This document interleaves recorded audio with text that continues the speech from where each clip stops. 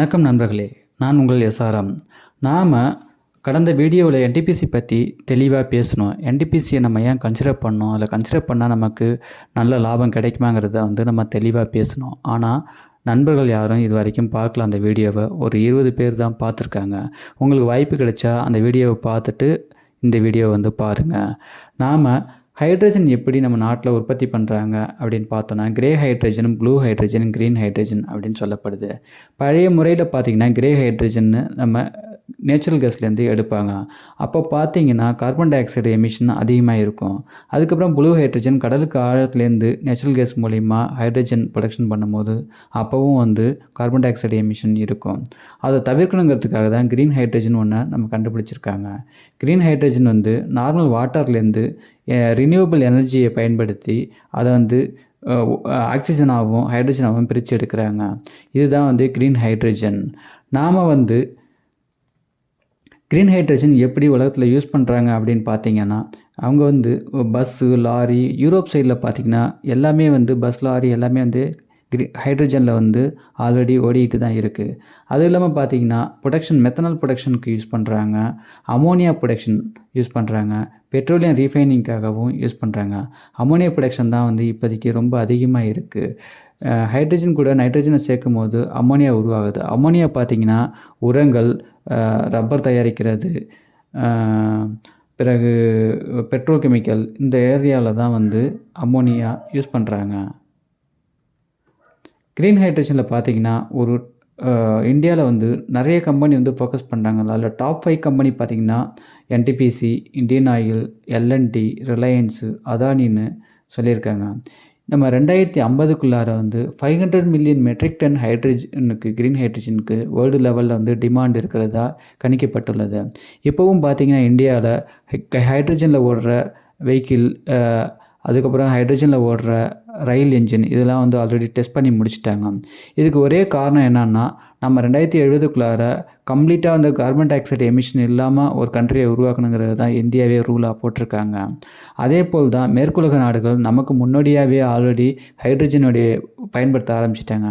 கலிஃபோர்னியாவில் பார்த்திங்கன்னா 1000 hydrogen based ஸ்டேஷனை அவங்க நிர்வகிச்சிருக்காங்க. இதே போல் பார்க்கும்போது நம்ம ஒரு 5 கம்பெனி ஹைட்ரஜன் ப்ரொடக்ஷனில் ரொம்ப ஃபோக்கஸ் பண்ணுறாங்க. அதில் பிரதான கம்பெனின்னு பார்த்திங்கன்னா என்டிபிசி இருக்குது, ரிலையன்ஸு, எல்என்டி, இவங்கெல்லாமே அதானி, இவங்கெல்லாம் ஃபோக்கஸ் பண்ணிகிட்ருக்காங்க. இதில் என்ன ஒரு விஷயம்னா, ஹைட்ரஜனை நீரிலேருந்து பிரித்து எடுக்கிறதுக்கு ஒரு எனர்ஜியை நம்ம யூஸ் பண்ணணும். அந்த எனர்ஜி கண்டிப்பாக ரினியூவபிள் எனர்ஜியாக தான் இருக்கணும் அப்படிங்கிறது தான் ஒரு முக்கியமான ஒரு ரூலு. அப்போ அந்த ரினியூவபிள் எனர்ஜி தயாரிக்கிற கம்பெனி ப்ளஸ் அதே கம்பெனியும் க்ரீன் ஹைட்ரஜனையும் ப்ரொடக்ஷன் பண்ணதான்னு பார்த்தோன்னா, அப்படி பார்க்கும்போது பார்த்திங்கன்னா அது என்டிபிசி தான் முதன்மையாக இருக்குது. மற்ற கம்பெனிலாம் ஃபார் எக்ஸாம்பிள் எல்என்டி எடுத்துக்கோங்க. எல்என்டி க்ரீன் ஹைட்ரஜன் ப்ராஜெக்டில் ஃபோக்கஸ் பண்ணாலும் அவங்க யார்கிட்ட ரினியூவபிள் எனர்ஜி வாங்குவாங்க? கண்டிப்பாக வேறு யாரோ ரினியூவபிள் எனர்ஜி தயாரிக்கிறவங்கள்ட்ட தான் அவங்க வாங்கி ஆகணும். ஒரு எக்ஸாம்பிள் என்டிபிசிட்டே வாங்கினா என்டிபிசி அதுலேயும் லாபம் கிடைக்கும்.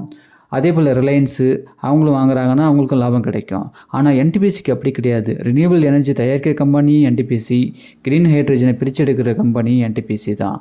அதனால் ஒரு என்டிபிசிக்கு நல்ல ஒரு ஸ்கோப் இருக்குது, நல்ல ஒரு எதிர்காலம் இருக்குது ரினியூவபிள் எனர்ஜி அண்டு க்ரீன் ஹைட்ரஜனில் அப்படிங்கிறது தான் என்னுடைய நம்பிக்கை. அதுதான் எல்லா ஆர்டிக்கிளுமே எழுதியிருக்காங்க. நாம் இப்போ எனர்ஜி செக்டாரும் எஃப்எம்சிஜி செக்டார் மட்டும்தான் இப்போதைக்கு நம்ம கொஞ்சம் இன்வெஸ்ட் பண்ணுற அளவுக்கு கன்சிடர் பண்ணுற அளவுக்கு இருக்குது.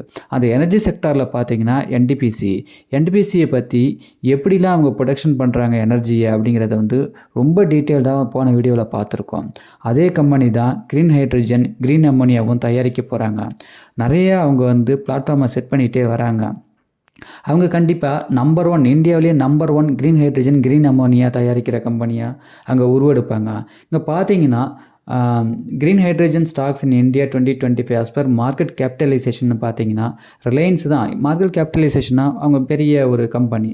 அது ரிலையன்ஸு, எல்என்டி, ஆயில், ஒஎன்ஜிசி, என்டிபிசி, அதானி க்ரீன் சொல்லியிருக்காங்க. அனலிஸ்ட்டு வாங்கலாம் அப்படின்னு பையிங் ரேட்டிங் கொடுத்துருக்க கம்பெனின்னு பார்த்தீங்கன்னா என்டிபிசி தான் நம்பர் 1ல் இருக்குது. எல்என்டி 2வது இடத்துலையும், ரிலையன்ஸ் 3வது இடத்துலையும், ஒஎன்ஜிசி 4வது இடத்துலையும், கெயில் 5வது இடத்துலையும் இருக்குது. கண்டிப்பாக என்டிபிசி ஒரு பெரிய ரோல் ப்ளே பண்ணுவாங்க க்ரீன் ஹைட்ரஜன், க்ரீன் அம்மோனியா ப்ரொடக்ஷனில். 2050க்குள்ளார வேர்ல்டுலேயே 500 மில்லியன் மெட்ரிக் டன் வந்து டிமாண்ட் இருக்கிறதா சொல்கிறாங்க. இப்போதைக்கு நம்ம உள்நாட்டு ஜிடிபிக்கு ரொம்ப அச்சுறுத்தலாக இருக்கிறதே வந்து நம்ம ஆயிலை இம்போர்ட் பண்ணுறோம், அது டாலரில் பே பண்ணுறோம். நம்ம வந்து க்ரீன் ஹைட்ரஜன்லேயே பஸ்ஸு, லாரி, காரு, ட்ரெயின் எல்லாமே இயங்க ஆரம்பிச்சிட்டா க்ரீன் ஹைட்ரஜனுடைய டிமாண்ட் அதிகமாகும். அப்போ வந்து நம்ம ஆயில் இம்போர்ட்டு கண்டிப்பாக குறையும். அதெல்லாம் பேஸ் பண்ணி தான் இங்கே இந்தியாவில் உள்ள பெரிய பெரிய கம்பெனிங்க வந்து க்ரீன் ஹைட்ரஜன், க்ரீன் அமோனியா ப்ரொடக்ஷனில் வந்து ரொம்ப ஃபோக்கஸ் பண்ணிகிட்டு இருக்காங்க. அது மட்டும் இல்லாமல் நம்ம நாட்டில் கார்பன் டை ஆக்சைடு எமிஷனும் வந்து குறையும். 2 விஷயத்துலையும் நம்ம வந்து ஃபோக்கஸ் பண்ணிகிட்ருக்காங்க.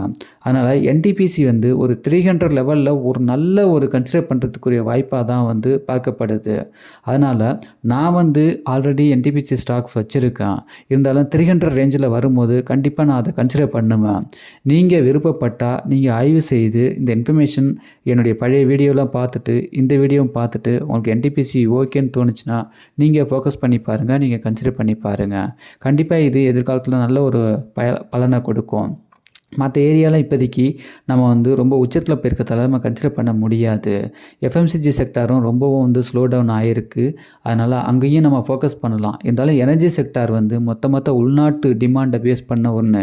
நாளைக்கு எந்த கண்ட்ரி என்ன தடை போட்டாலுமே நமக்கு அது ரொம்ப இம்பேக்டை கொடுக்காது. அதனால் இந்த டிசம்பர், ஜனவரி வாக்கில் பார்த்திங்கன்னா எப்போவுமே வந்து எனர்ஜி செக்டாரு கொஞ்சம் டவுனில் தான் இருக்கும். அதை பயன்படுத்தி எனர்ஜி செக்டாரில் நல்லா ஃபோக்கஸ் பண்ணுங்கள். எனர்ஜி செக்டாரில் உங்களுக்கு பிடிச்ச கம்பெனியை நல்ல ரேஞ்சுக்கு வரும்போது கன்சிடர் பண்ணுங்கள்.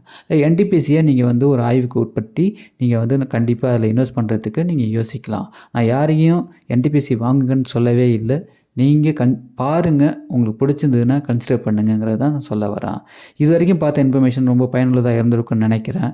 இதுக்கு முன்னாடி போட்ட வீடியோலாம் ஒரு 20-30 பேர் தான் பார்த்துருக்காங்க. கண்டிப்பாக இதுக்கு முன்னாடி போட்ட என்டிபிசி வீடியோவை பாருங்கள்.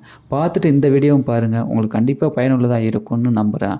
பயனுள்ளதாக இருந்ததுன்னா ஷேர் பண்ணுங்கள், லைக் பண்ணுங்கள், ஆதரவு தெரிவிங்க. நன்றி.